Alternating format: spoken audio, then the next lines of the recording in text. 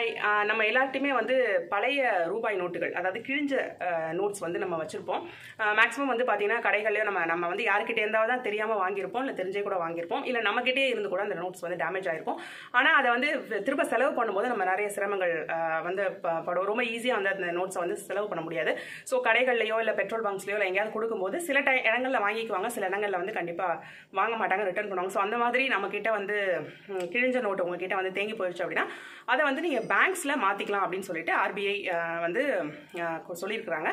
So நீங்கள் பேங்க்ஸில் மாற்றும் போது 50%க்கு மேலே டேமேஜ் ஆகாமல் இருக்கணும்.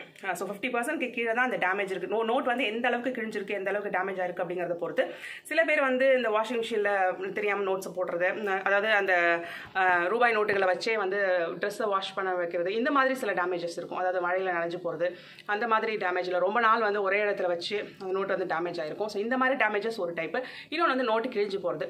ஸோ இந்த மாதிரி 2 டைப் இருக்குது. ஸோ என்ன விதமான டேமேஜாக இருந்தாலும் அந்த நோட் வந்து 50%க்கு குறைவான டேமேஜ் இருக்குது அப்படின்ற பட்சத்தில் அந்த நோட்டை வந்து அதற்கு நிகரான காசு கொடுத்து வாங்கிப்பாங்க. இப்போ ஒரு 50 ரூபீஸோ 100 ரூபீஸோ நோட் கொண்டு போய் கொடுக்குறீங்க அப்படின்னா அது வந்து 50%க்கு கீழே தான் டேமேஜ் ஆயிருக்கு அப்படிங்கிற பட்சத்தில் அதுக்கான நிகரான அமௌண்ட்டை கொடுத்து பேங்க்கில் வந்து வாங்கிப்பாங்க. நீங்கள் பேங்க்கில் கொடுத்து மாற்றிக்கலாம். 50%க்கு மேலே அது வந்து டேமேஜ் ஆயிருக்கு அப்படின்ற மாதிரி இருக்க நோட்ஸ்லாம் அதுக்கு ஏற்ற மாதிரி வந்து அமௌண்ட் குறைச்சி தான் கொடுத்து வாங்கிப்பாங்க. பட் ஸ்டில் நீங்கள் வந்து செலவே பண்ண முடியாமல் அந்த நோட்டை வச்சுருக்கிறதுக்கு கண்டிப்பாக பேங்க்கில் கொடுத்து அதற்கு நிகரான ஒரு அமௌண்ட்டை வந்து வாங்கிக்கலாம். 100% அமௌண்ட் வாங்க முடியாத அளவுக்கு டேமேஜ் இருந்துச்சு அப்படின்னாலும் ஒரு 80% 60% ஆஃப் த அமௌண்ட் கொடுத்து அதை வந்து மாற்றிப்பாங்க.